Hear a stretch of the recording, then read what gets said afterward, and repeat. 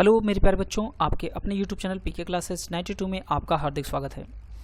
बच्चों, आज का जो हमारा लेक्चर है वह यूपी पेट के स्पेशल रीजनिंग का प्रैक्टिस सेट नंबर हमारा 10 है। आज हम इस पे चर्चा करेंगे, जिसमें क्वेश्चन नंबर हमारा पहला है कि जिस प्रकार किताब में पेज है तो खिड़की में क्या है? जंगल, लकड़ी, खिड़की का शीशा या कमरा? तो बच्चों, जिस प्रकार एक किताब में पेज होते हैं उसी प्रकार एक खिड़की में खिड़की का शीशा होता है। क्या होता है बच्चों? खिड़की का शीशा होता है। Option number C is the right answer हो जाएगा। क्वेश्चन हमारा दूसरा है कि दिए गए कथन पर विचार करें और निर्णय लें कि दी गई धारणाओं में से कौन सी धारणा या धारणाएं कथन में अंतर्निहित है। तो बच्चों, कथन है कि परिधान कंपनी के प्रबंधक ने घोषणा की है कि हम अपनी कंपनी का विस्तार करने जा रहे हैं, इसलिए हमें अधिक दर्जियों की नियुक्ति करना जरूरी है। ठीक है, इन्होंने एक क्या किया, अपना घोषणा पत्र जारी किया है, यानी कि घोषणा किया है कि हमें अपनी कंपनी का विस्तार करने जा रहे हैं और इसलिए हमें अधिक दर्जियों की नियुक्ति करना जरूरी है। तो मौजूदा दर्जी आधुनिक डिजाइन नहीं बना पा रहे हैं। दूसरी धारणा है कि विस्तार करने के बाद अधिक बिक्री होगी। विस्तार करने से पहले अधिक उत्पादन करने की आवश्यकता है। तो बच्चों, ये तो पहला धारणा बिल्कुल गलत है कि मौजूदा दर्जी आधुनिक डिजाइन नहीं बना पा रहे इसलिए वो विस्तार कर रहे हैं। इसका कोई लेना देना स्टेटमेंट से है ही नहीं। ठीक है, हाँ, विस्तार करने के बाद अधिक बिक्री होगी, ये बिल्कुल हो सकता है, ये धारणा हमारी हो सकती है। हम विस्तार इसीलिए करते हैं क्योंकि हम ज़्यादा से ज़्यादा बिक्री कर पाए या सेल कर पाए। ठीक है, विस्तार करने से पहले अधिक उत्पादन करने की आवश्यकता है, तो ये भी बिल्कुल क्या है, बिल्कुल सही हो जाएगा हमारा दूसरा और तीसरा। ठीक है, तो आंसर जो हमारा होगा बच्चों, इसमें होगा दूसरा और तीसरा अंतर्निहित है, यानी कि जो हमारे ऑप्शन होंगे वो ऑप्शन नंबर क्या हो जाएगा, डी नंबर हो जाएगा। जैसे कंपनी के प्रबंधक ने घोषणा जो की है कि हम अपनी कंपनी का विस्तार करने जा रहे हैं, इसलिए हमें अधिक दर्जी की नियुक्ति करनी है। तो बच्चों, इसमें धारणा जो होगी वो फर्स्ट तो अंतर्निहित बिल्कुल नहीं है, वो हमारा क्या है, फर्स्ट गलत हो जाएगा। तो जो धारणा अंतर्निहित होगी वो दूसरी और तीसरी सही हो जाएगी। Option number D is the right answer.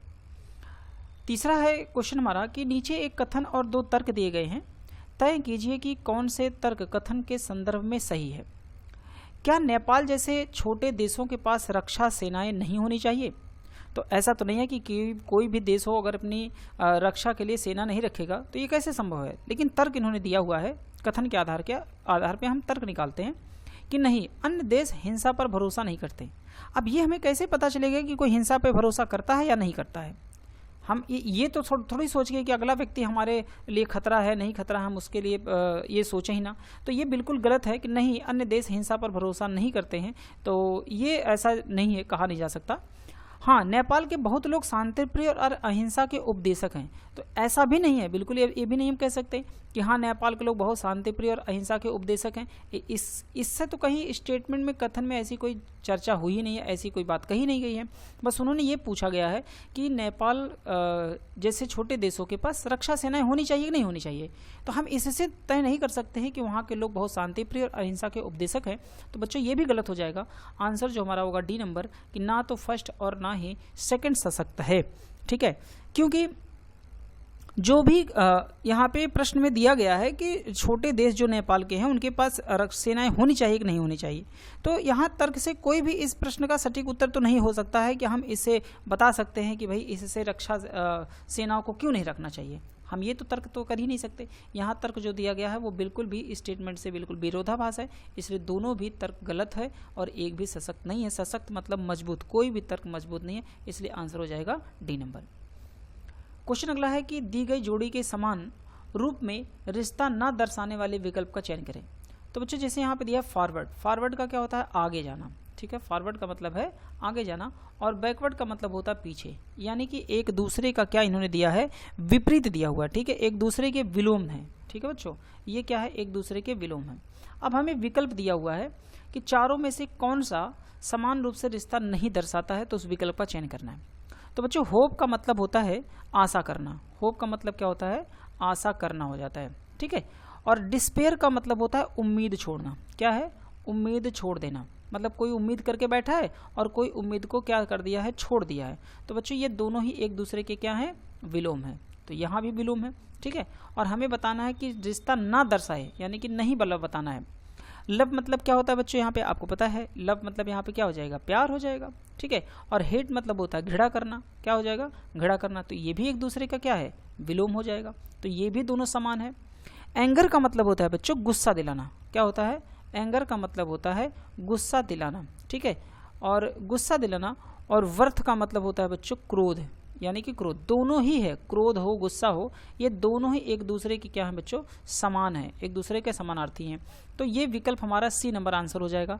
Light का मतलब होता है बच्चों क्या है, प्रकाश, ठीक है, लाइट का मतलब प्रकाश। और डार्क मतलब होता है अंधेरा, ठीक है, डार्क मतलब अंधेरा। तो ये भी एक दूसरे के क्या है, विलोम है। तो इसमें जो फॉलो नहीं कर रहा है वो कौन सा है, तीसरा नंबर, ये फॉलो नहीं कर रहा है क्योंकि ये समानार्थी हैं और बाकी सभी विलोम हैं, एक दूसरे के विपरीत हैं, जैसा कि यहाँ पे प्रश्न में दर्शाया गया है। तो हमें विपरीत ही सारे मैच हो रहे हैं, तीसरे में विपरीत नहीं मैच हो रहा है, इसलिए यही हमारा आंसर हो जाएगा, क्योंकि समान रूप से रिश्ता ना दर्शाने वाले ऑप्शन नंबर सी हो जाएगा। क्वेश्चन हमारा अगला है कि यदि a बराबर 26 है और TEA बराबर 55 है तो हमें SPATTER को क्या लिखा जाएगा। तो सबसे पहले बच्चों क्या करना है, यहाँ पे a का जो z लिखा हुआ 26 लिखा हुआ है, इसका मतलब है कि a का जो उल्टा अक्षर होगा, क्या होगा बच्चों, उल्टा अक्षर जो होगा वो हो जाएगा z, और z कितने नंबर पर है, 26 नंबर पे। उसी प्रकार से जो t है बच्चों, e और a है, अगर हम t का उल्टा करें तो बच्चों g आएगा, e का उल्टा करेंगे v आएगा, और a का उल्टा करेंगे तो z आएगा। मतलब विपरीत अक्षर क्या हो जाएगा बच्चों, विपरीत अक्षर हो जाएगा, ठीक है। और इन सब लेटर की प्लेस वैल्यू को हमें क्या करना है बच्चों, जोड़ देना है, ठीक है। जैसे हम अगर जोड़ते हैं तो यहाँ पर 22 और 7 जो हो जाएगा वो 29, और 29 और जो 26 हो जाएगा वो बच्चों कितना हो जाएगा, 55। यानी कि सभी विपरीत अक्षर की प्लेस वैल्यू को जोड़ने पर जो हमें मिल रहा है वो कितना मिल रहा है, 55। उसी प्रकार से हम यहाँ पर भी क्या करेंगे, सभी विपरीत अक्षर की प्लेस वैल्यू को जोड़ देंगे, ठीक है, ATTE और R। तो S का उल्टा होता है बच्चों H, P का उल्टा होता है K, A का उल्टा होगा Z, T का उल्टा होगा G, फिर T का उल्टा होगा G, E का उल्टा होगा V और R का उल्टा होगा I। इन सभी अक्षर के हमें प्लेस वैल्यू को क्या करना है बच्चों, जोड़ देना है, ठीक है। हमें सभी अक्षरों की प्लेस वैल्यू को जोड़ देना है, ठीक है। ये 22 हो जाएगा और ये 9 हो जाएगा। जब हम सभी अक्षरों को प्लेस वैल्यू को जब हम जोड़ेंगे बच्चों विपरीत अक्षर करके, ये ध्यान रखिएगा किसका है, विपरीत अक्षर की प्लेस वैल्यू जोड़ना पड़ रहा है, ठीक है।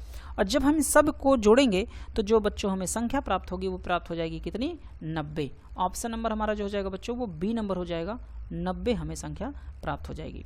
तो सभी अक्षर के विपरीत अक्षर की प्लेस वैल्यू को जोड़ दिया गया है और संख्या हमें प्राप्त हो गई है 90।